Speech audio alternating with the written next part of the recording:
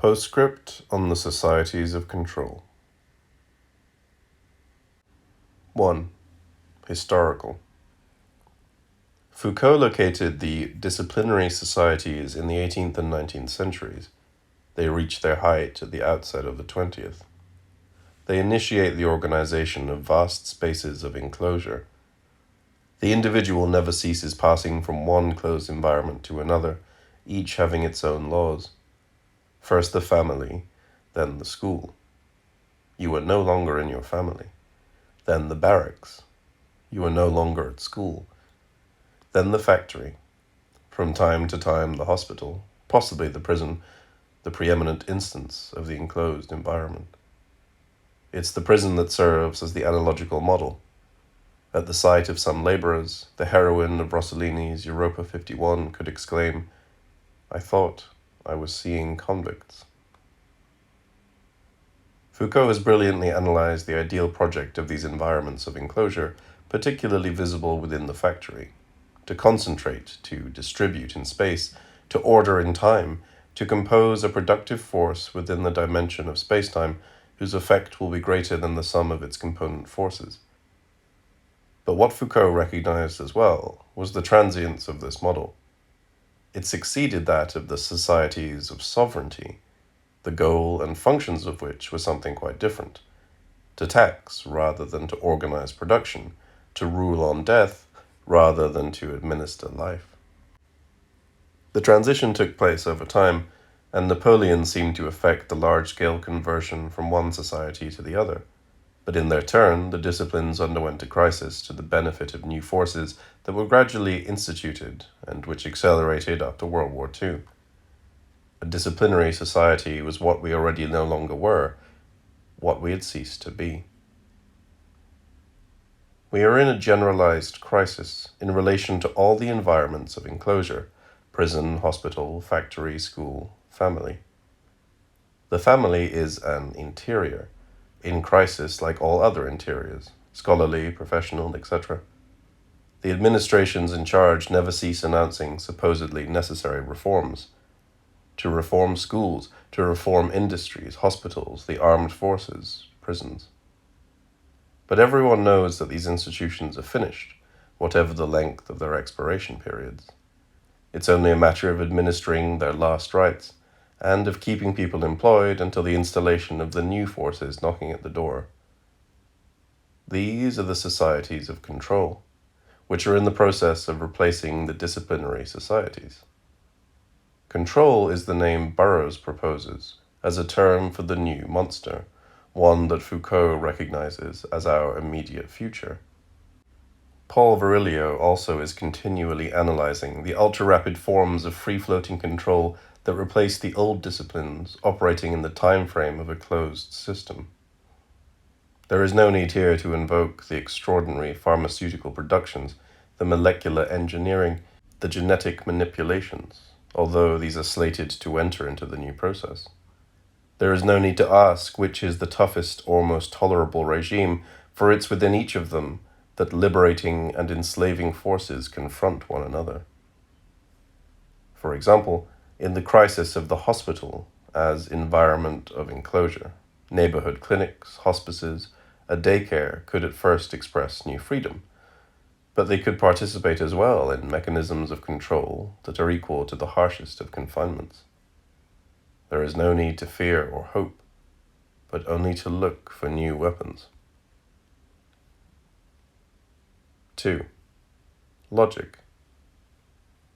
The different interments or spaces of enclosure through which the individual passes are independent variables. Each time one is supposed to start from zero, and although a common language for all these places exists, it is analogical.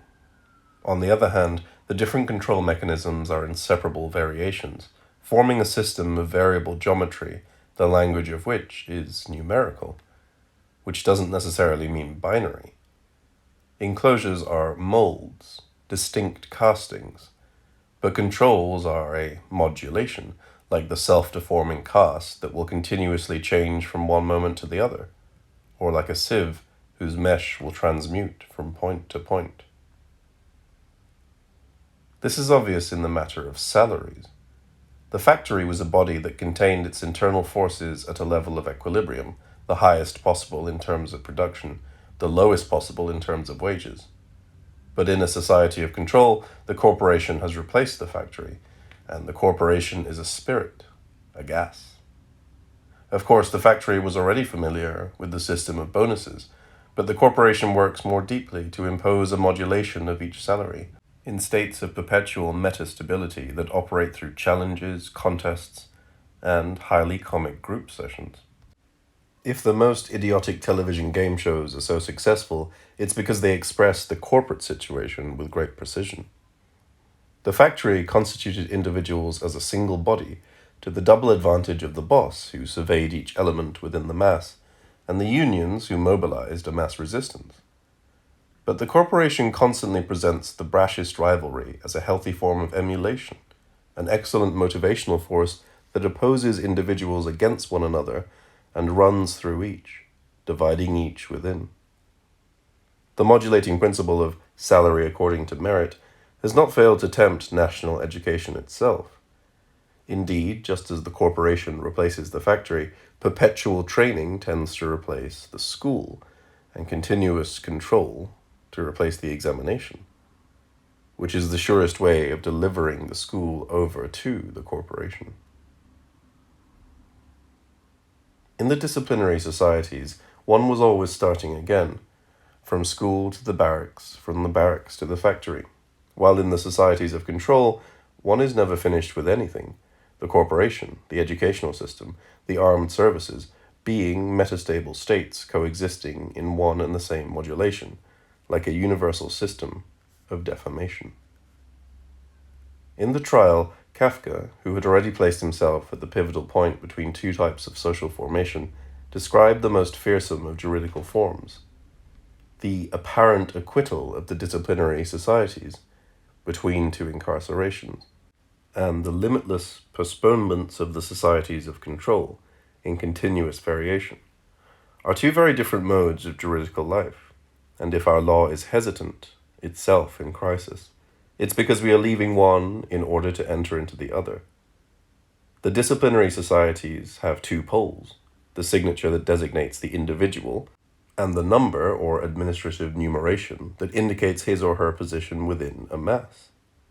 This is because the disciplines never saw any incompatibility between these two, and because at the same time power individualizes and masses together, that is, constitutes those over whom it exercises power into a body, and molds the individuality of each member of that body. Foucault saw the origin of this double charge in the pastoral power of the priest, the flock, and each of its animals.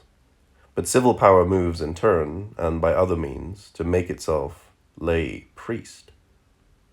In the societies of control, on the other hand, what is important is no longer either a signature or a number, but a code.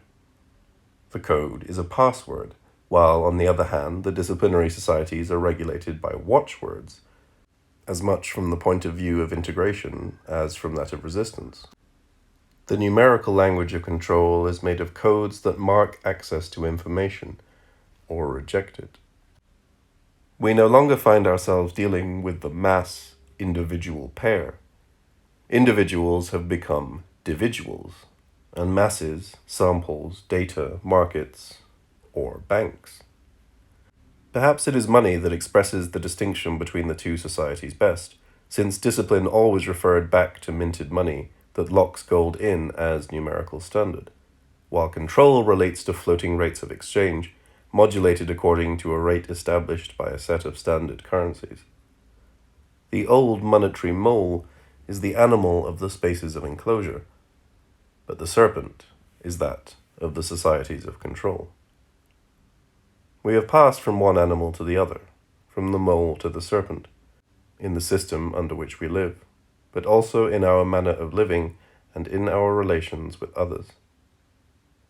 The disciplinary man was a discontinuous producer of energy, but the man of control is undulatory, in orbit, in a continuous network. Everywhere, surfing has already replaced the older sports. Types of machines are easily matched with each type of society. not that machines are determining, but because they express those social forms capable of generating them and using them. The old societies of sovereignty made use of simple machines, levers, pulleys, clocks, but the recent disciplinary societies equipped themselves with machines involving energy, with the passive danger of entropy and the active danger of sabotage. The societies of control operate with machines of a third type, computers, whose passive danger is jamming and whose active one is piracy and the introduction of viruses.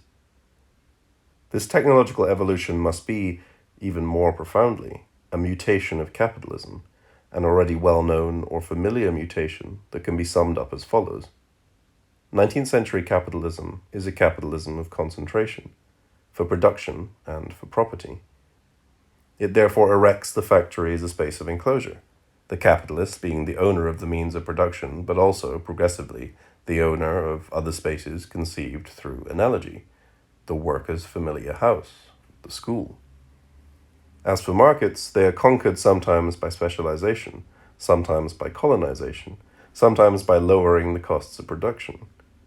But in the present situation, capitalism is no longer involved in production, which it often relegates to the third world, even for the complex forms of textiles, metallurgy, or oil production. It's a capitalism of higher order production. It no longer buys raw materials and no longer sells the finished products. It buys the finished products or assembles parts. What it wants to sell is services, and what it wants to buy is stocks. This is no longer a capitalism for production, but for the product, which is to say, for being sold or marketed. Thus, it is essentially dispersive, and the factory has given way to the corporation. The family, the school, the army, the factory are no longer the distinct analogical spaces that converge towards an owner, state or private power, but coded figures, deformable and transformable, of a single corporation that now has only stockholders. Even art has left the spaces of enclosure in order to enter into the open circuits of the bank.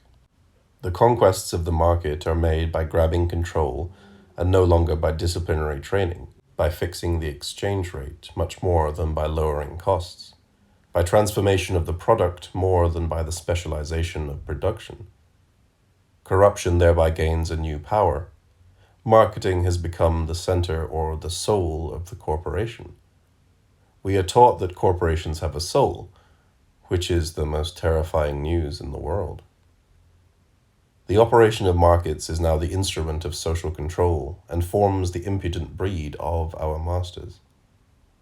Control is short-term and of rapid rates of turnover, but also continuous and without limit, while discipline was of long duration, infinite and discontinuous. Man is no longer man enclosed, but man in debt.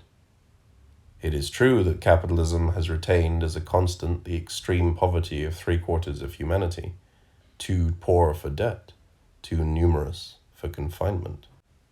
Control will not only have to deal with erosions of frontiers, but with the explosions within shantytowns or ghettos. 3. Program. The conception of a control mechanism, giving the position of any element within an open environment at any given instant, whether animal in a reserve or human in a corporation, as with an electronic collar, is not necessarily one of science fiction. Felix Guattari has imagined a city where one would be able to leave one's apartment, one's street, one's neighborhood, thanks to one's individual electronic card that raises a given barrier. But the card could just as easily be rejected on a given day or between certain hours. What counts is not the barrier, but the computer that tracks each person's position, licit or illicit, and effects a universal modulation. The socio-technological study of the mechanisms of control, grasped at their inception, would have to be categorical and to describe what is already in the process of substitution for the disciplinary sites of enclosure, whose crisis is everywhere proclaimed. It may be that older methods, borrowed from the former societies of sovereignty, will return to the fore, but with the necessary modifications. What counts is that we are at the beginning of something.